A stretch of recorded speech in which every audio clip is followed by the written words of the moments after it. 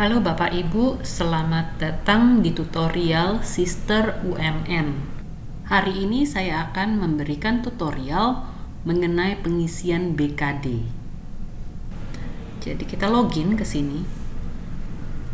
Nah, untuk pengisian BKD, kita bisa langsung masuk ke layanan BKD, kemudian rekap kegiatan.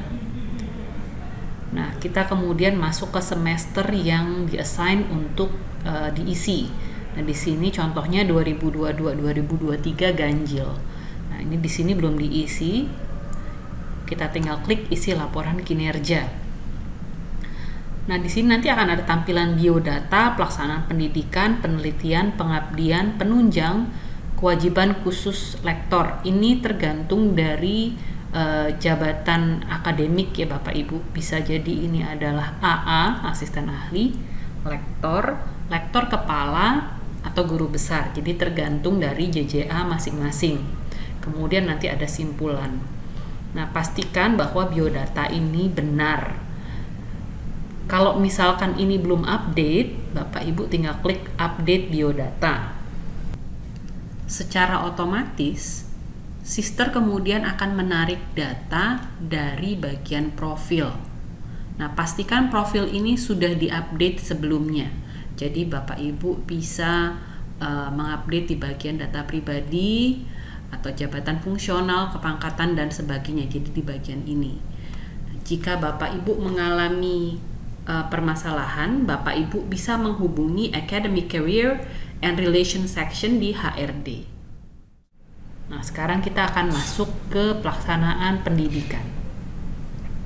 Nah, di pelaksanaan pendidikan ini ada banyak menu yang bisa diisi. Nah, seperti ini, pelaksanaan pengajaran, bimbingan mahasiswa, kemudian kuliah kerja nyata dan sebagainya. Jadi di sini ada cukup banyak itemnya. Nah, Bapak Ibu silakan menarik data sesuai dengan yang Bapak Ibu lakukan di semester yang diassign tersebut. Jadi contohnya misalnya untuk bagian pelaksana pendidikan pengajaran. Caranya bagaimana untuk menarik data? Tinggal klik tombol ini aja. Jadi tarik kinerja dari portfolio, kemudian dia secara otomatis akan menarik data yang ada. Data ini diambil dari Sister. Jadi Bapak Ibu sangat direkomendasikan untuk selalu mengupdate Sister agar datanya selalu up to date dan bisa langsung ditarik begitu ada pengisian BKD.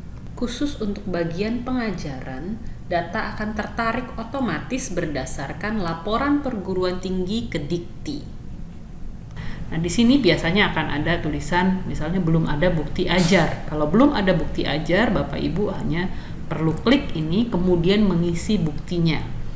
Biasanya untuk bukti yang dibutuhkan berupa BAP, daftar nilai, kemudian surat tugas. Untuk BAP dan daftar nilai dapat diambil dari MyUMN.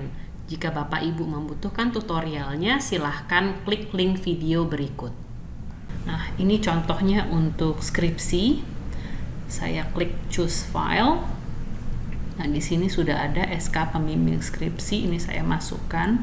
Nah, untuk SK pembimbing skripsi di sini dituliskan SK pembimbing skripsi. Nah, di sini keterangan bisa dituliskan nomornya dan dari siapa. Contoh dari sini ini adalah surat SK-nya. Jadi ini saya copy saja nomornya. Ini oleh Wakil Rektor 1. Jadi pengisiannya di sini SK pembimbing skripsi dengan nomor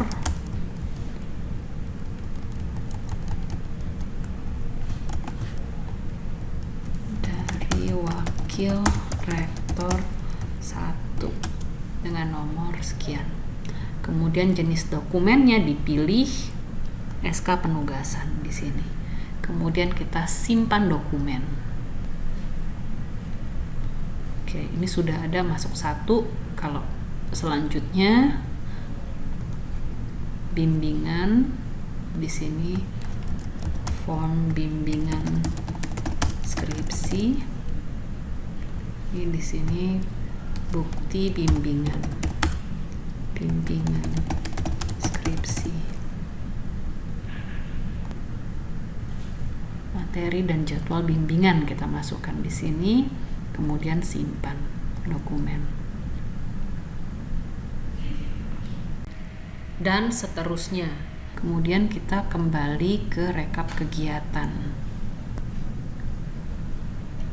Nah, di sini sudah ada bukti ajarnya.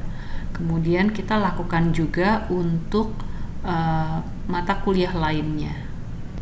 Jika semua sudah terisi, nanti semuanya akan jadi biru seperti ini. Nah, nanti Bapak Ibu lihat nih total SKS-nya berapa. Perlu diingat bahwa tidak semua perlu diklaim. Atau kalau misalkan mau diklaim, nanti bisa dimasukkan sebagai beban lebih. Karena kalau misalkan kita masukkan semua, nanti akan berlebih sekali dan malah tidak memenuhi syarat. Setelah pelaksanaan pendidikan, kita masuk ke pelaksanaan penelitian. Sama dengan yang tadi, kita bisa langsung menarik data dengan tarik kinerja, jadi tekan tombol ini. Nah, tinggal disesuaikan dengan yang Bapak Ibu lakukan. Penarikan data ini diambil dari data sister yang sudah diupdate. Jadi Bapak Ibu silahkan mengupdate setiap kegiatan yang Bapak Ibu lakukan, sehingga data bisa langsung ditarik dan terupdate di BKD. Sama dengan yang sebelumnya, Bapak Ibu tinggal menarik data, kemudian melengkapi bukti pendukung. Di bagian publikasi karya, jika belum ada bukti pendukung, nah ini bisa dilengkapi lewat pelaksanaan penelitian. Jadi misalnya kalau ini saya di bagian hasil penelitian yang didesiminasikan. Jadi masuknya ke pelaksanaan penelitian, publikasi karya. Kemudian saya masuk ke sini karena yang ini belum ada buktinya. Jadi di bagian ini saya klik ubah data. Ini adalah proceeding seminar internasional. Nah, ini tinggal ditambahkan filenya, jadi tinggal upload file dari sini, kemudian lengkapi dan simpan. Nah, jika sudah selesai dengan pelaksanaan penelitian, bisa masuk ke pengabdian. Sama caranya, tinggal klik tarik kinerja, kemudian dia akan secara otomatis menarik. Jika bukti pendukung belum ada, bisa dimasukkan melalui pelaksanaan pengabdian. Jadi tergantung dari bagian mana Bapak Ibu memasukkan poin pengabdiannya. Nah, kemudian masukkan pelaksanaan penunjang. Penunjang ini bisa macam-macam, tinggal disesuaikan saja. Jadi misalnya menjadi anggota dalam suatu panitia, lembaga pemerintah dan sebagainya. Jika sudah semua, kemudian kita masuk di kewajiban khusus. Ini sama, tinggal menarik data. Nah, kalau sudah, kita masuk ke simpulan. Nah, dari sini akan terlihat berapa. Nah, kalau dilihat di sini karena poinnya besar sekali, ini melebihi karena maksimalnya hanya 16. Nah, jika seperti ini kita bisa klaim lebih. Contohnya di bagian pelaksanaan pendidikan, poin saya besar di sini sehingga saya bisa mengklaim beban lebih untuk sebagian SKS. Minimum SKS bisa dilihat di panduan BKD dari LL Dikti. Untuk klaim beban lebih caranya, nah jadi kita masuk ke pelaksanaan pendidikan.